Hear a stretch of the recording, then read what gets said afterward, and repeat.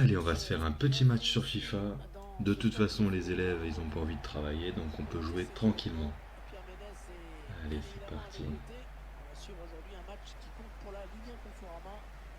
Allez, allez. On va essayer de passer sur les côtés, je pense que c'est la meilleure stratégie face au Paris Saint-Germain. Allez, on va essayer de la jouer en profondeur. Allez, allez, on a un boulevard devant, on a un boulevard devant. Allez, on continue, on va revenir un petit peu en rentrée. Ah, interception. Il lâche rien, c'est parisien, hein. Allez, attention le contre favorable. Allez, Icardi, non, non, non, non, non, non.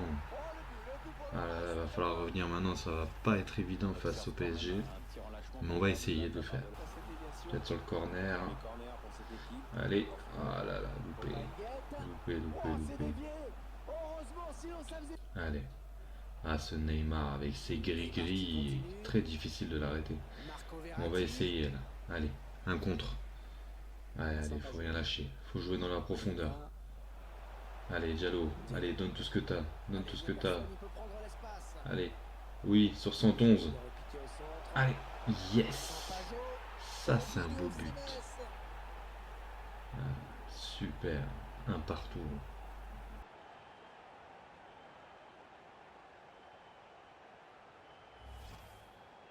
Ça paraît toujours facile de marquer d'aussi près, mais en fait, c'est pas tant que ça, hein. C'est justement quand ça paraît facile que tu sais que le mec est un bon buteur avec du flair. Le but encore, mais sous un autre angle. Cette fois-ci,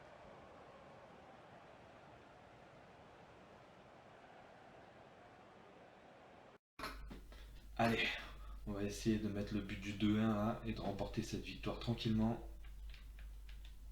C'est quoi ce bruit? Mais qu'est-ce que vous faites là, Jean-Michel? Ne répondent pas à certains appels. C'est vrai que certains ne répondent pas. Effectivement, Jean-Michel. Peut-être que vous pouvez aussi jouer un rôle pour les ramener vers cette continuité pédagogique qui est nécessaire pour tous. Logique. Je crois que ça veut dire que les cours doivent continuer. Bon, allez. Nous devons lutter contre les inégalités à l'occasion de cette période. Nous devons aussi nous assurer qu'il y ait de l'épanouissement de nos enfants malgré les circonstances difficiles dans lesquelles nous sommes. Cher troisième, alors voilà, vous n'êtes pas sans savoir que je m'intéresse à votre épanouissement. Du coup, je vous propose de passer à notre deuxième séance consacrée aux enjeux et aux conflits dans le monde depuis 1989. Allez, c'est parti. Alors, suite à un petit problème technique, voilà, je devais vous diffuser une vidéo, une archive de l'INA où c'est le journal de France 3 qui revient sur les attentats du 11 septembre. Donc voilà, on voit les images des avions qui viennent se cracher sur les tours. Alors ce que vous pouvez faire, c'est mettre sur pause et cliquer sur le lien qui se trouve ici. Regardez cette vidéo de l'archive d'INA et ensuite vous revenez sur cette vidéo là pour mieux comprendre ce dont je parle. Voilà. Alors, j'avais déjà évoqué les attentats du 11 septembre 2001 qui ont frappé New York. Alors, donc ce sont des avions qui se sont écrasés notamment sur les tours jumelles dans le quartier d'affaires de New York. Alors pourquoi cet événement est très important et pourquoi il fait basculer le monde dans une nouvelle ère?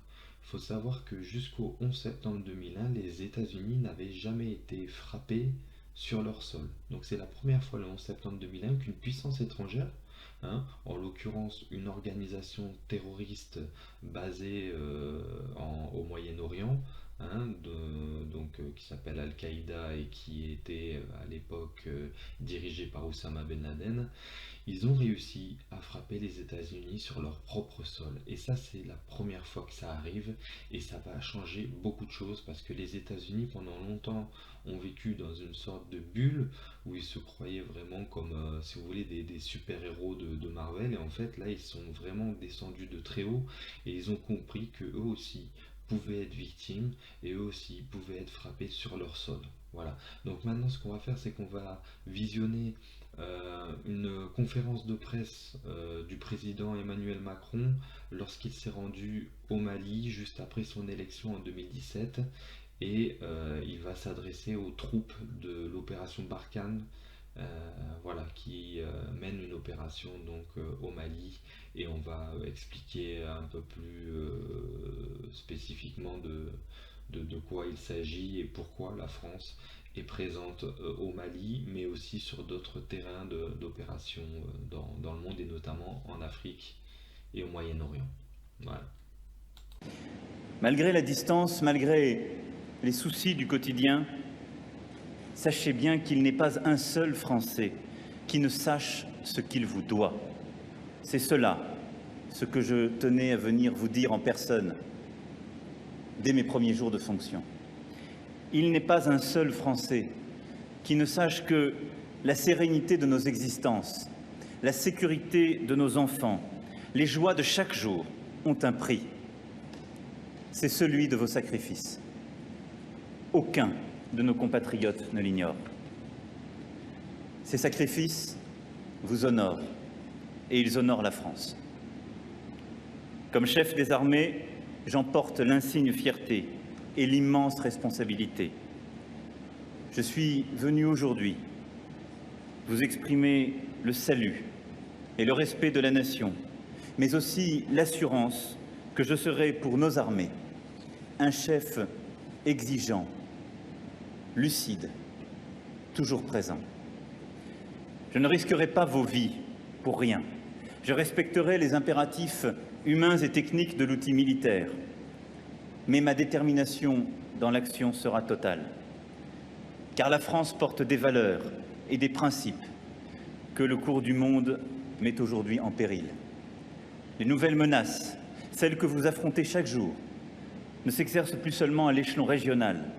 Une menace née à quelques kilomètres d'ici viendra très rapidement frapper les femmes et les enfants de France si nous n'interposons pas notre action résolue et puissante. Cela, vous le savez. Cela, c'est ce qui vous a motivé. Cela, c'est ce qui vous tient debout. Vous êtes plus que jamais nos sentinelles et notre rempart contre les débordements du terrorisme, de l'extrémisme, du fanatisme. Ici, vous êtes l'avant-garde de la République, comme avant vous le furent sur ce continent tant de générations de militaires. Depuis la meurtrière opération Limousin jusqu'aux plus récentes opérations Licorne, Atalante ou Serval, pour ne citer qu'elles, et nombre d'opérations auxquelles plusieurs d'entre vous ont par le passé participé. Vous êtes les héritiers de cette longue lignée de soldats venus servir sur ce continent, dans les airs, sur mer, sur terre, et vous faites honneur à cette lignée. Mais vous êtes aussi confrontés à des formes nouvelles de menaces, à des modes opératoires nouveaux, plus complexes chaque jour, à des ennemis plus agiles, souvent mieux équipés, connaissant vos propres réflexes et vos propres comportements. Je souhaite que notre politique de défense prenne en compte, avec la plus grande vigueur, les exigences des nouvelles conditions de combat, réponde à vos attentes, notamment en termes de matériel, et vous permette de mener à bien vos missions dans de bonnes conditions. Car le niveau de menace restera élevé et votre engagement restera de haute intensité, ici au Sahel, comme sur les autres théâtres d'opération. Le général de Voilemont m'a présenté vos opérations et m'a rendu compte de vos objectifs. Il m'a aussi parlé des conditions éprouvantes dans lesquelles ces opérations se déroulent, de l'excellence professionnelle qu'elles exigent de chacun d'entre vous au quotidien. En m'entretenant avec vos camarades, j'ai pu constater avec quelle intelligence et détermination vous remplissez cette mission nécessaire à la stabilité du Mali, plus largement du Sahel, et donc à notre sécurité. Alors ce qu'il faut retenir de ce discours d'Emmanuel Macron qui s'adresse directement aux soldats engagés au Mali, c'est qu'il évoque des nouvelles menaces. Alors ces menaces, c'est quoi? Eh bien, elles se résument en un mot, c'est le terrorisme. Alors pourquoi les troupes françaises se trouvent au Mali? C'est tout simplement que c'est un pays d'Afrique que l'on pourrait qualifier d'instable, et son instabilité fait qu'il y a des groupes terroristes qui se forment au sein de cet État.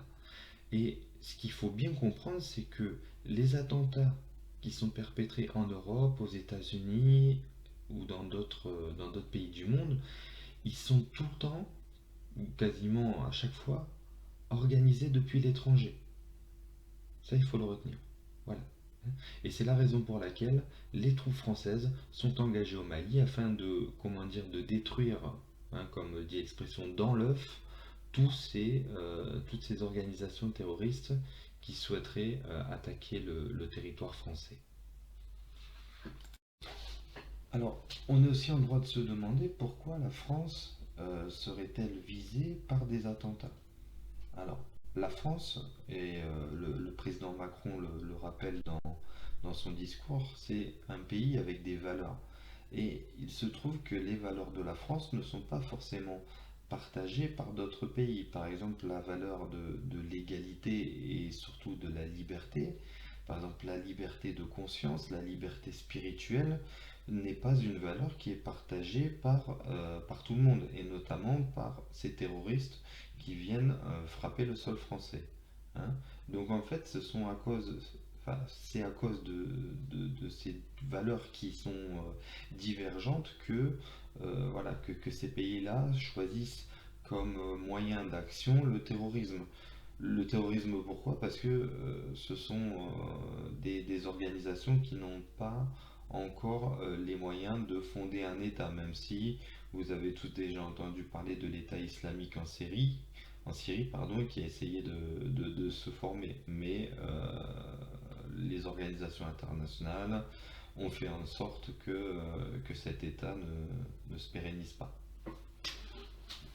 Allez, on en vient à notre diapo. Donc on est toujours dans le chapitre 5 consacré aux enjeux et conflits dans le monde depuis 1989. Et on attaque la séance 2, enjeux et conflits aujourd'hui. Alors, je vous ai remis une illustration, encore une fois, du 11 septembre 2001, parce que c'est une date importante. Mais passons de suite à notre problématique, et on va se demander, dans ce cours, quelle forme prennent les conflits contemporains, et comment s'organise la résolution de ces conflits, c'est-à-dire comment on met fin à ces conflits.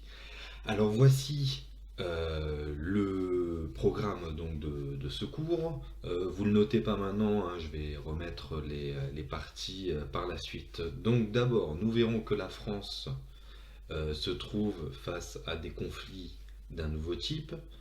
Ensuite, dans un second temps, on verra que l'ONU, l'Organisation des Nations Unies, est garante de la paix mondiale. Et enfin, dans une troisième partie, nous verrons qu'on est passé en quelques années d'un unilatéralisme à un multilatéralisme. Alors, sans transition, on va regarder rapidement cette carte. Alors, cette carte, elle nous montre les interventions françaises, des troupes françaises à l'étranger. Alors, je ne vais pas évoquer toutes ces interventions, mais on va se concentrer d'abord sur celle-ci, celle qui a lieu donc dans la bande sahélo-saharienne. Ça veut dire donc dans la région du Sahara. Alors, c'est dans cette région que se situe le Mali, qu'on a évoqué au sujet du discours aux troupes françaises du président. Donc, il parlait à des soldats de l'opération Barkhane. Alors, vous voyez, elles ont toutes des noms différents, ces opérations, selon le terrain d'opération. Alors, l'opération Barkhane, l'objectif, c'est de lutter contre la menace terroriste. Alors, et vous verrez en rouge qu'il y a également en Irak et en Syrie que les troupes françaises, avec une coalition d'autres pays, luttent contre Daesh, qui est l'État islamique. C'est l'opération Chamal. Donc pour la lutte antiterroriste, opération Barkhane, opération Chamal. Mais on voit aussi que la France est présente dans le golfe de Guinée pour lutter contre la piraterie. Elle est également présente dans l'océan Indien pour lutter aussi contre la piraterie avec d'autres pays européens. Tout ça pour dire quoi? Vous constatez que la France, quand même, elle est omniprésente sur les théâtres d'opération dans le monde. Alors, on peut résumer. Donc ici, on a un résumé en fait de la carte que l'on vient de voir, mais également du discours du président aux troupes de l'opération Barkhane au Mali.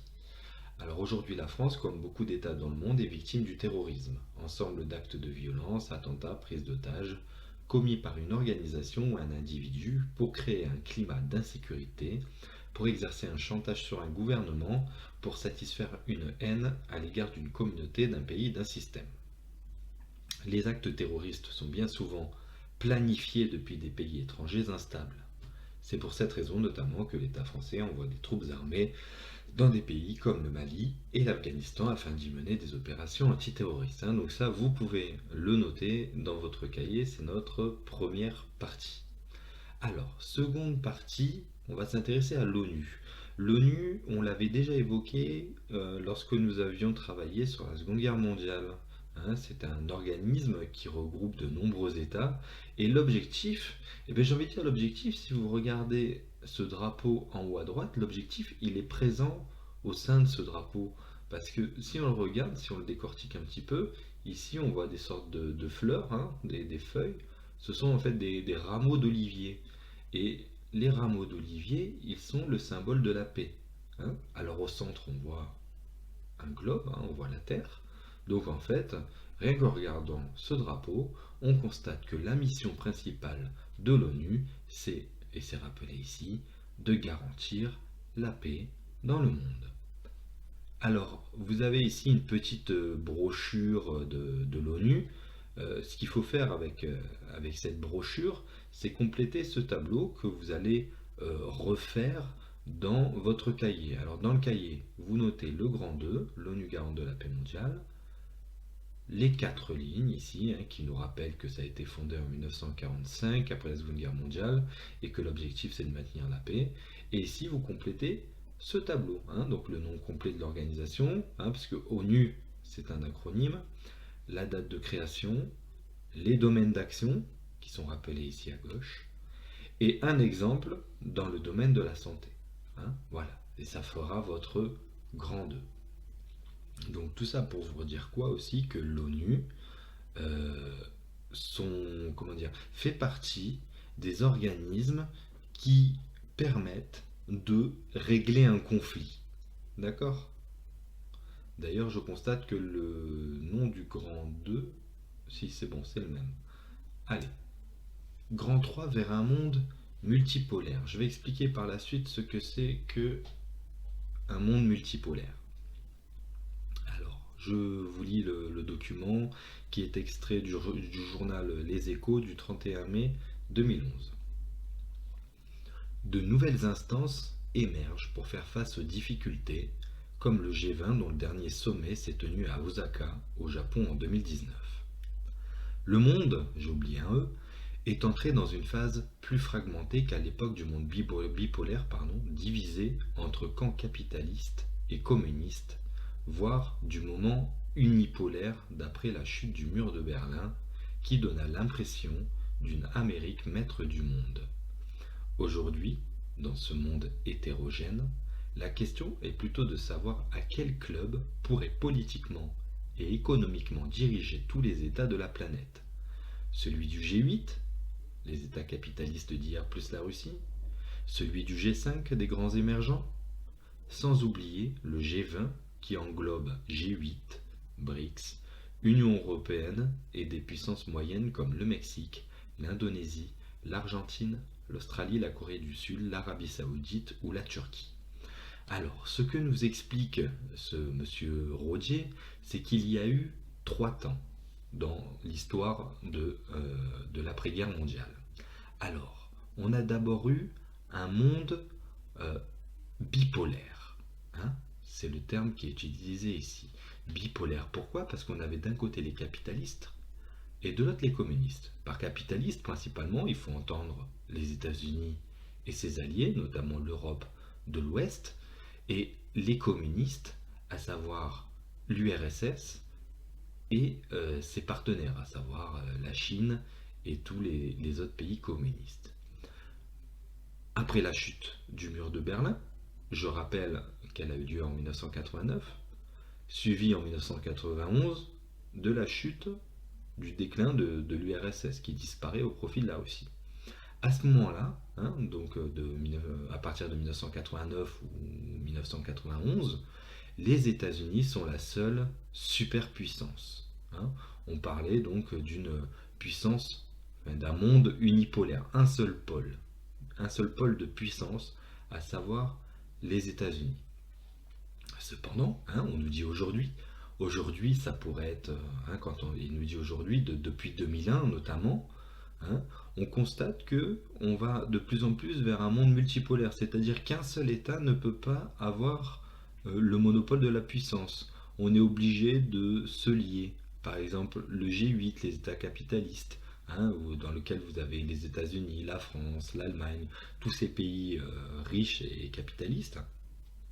Mais maintenant, de nos jours, il faut faire avec notamment les BRICS. Alors les BRICS, qu'est-ce que c'est? C'est un acronyme qui est utilisé pour parler, donc le B c'est le Brésil, le R c'est la Russie, le I c'est l'Inde, le C c'est la Chine, et le S c'est un petit piège parce que du coup c'est le nom à l'anglaise, à savoir South Africa, donc l'Afrique du Sud.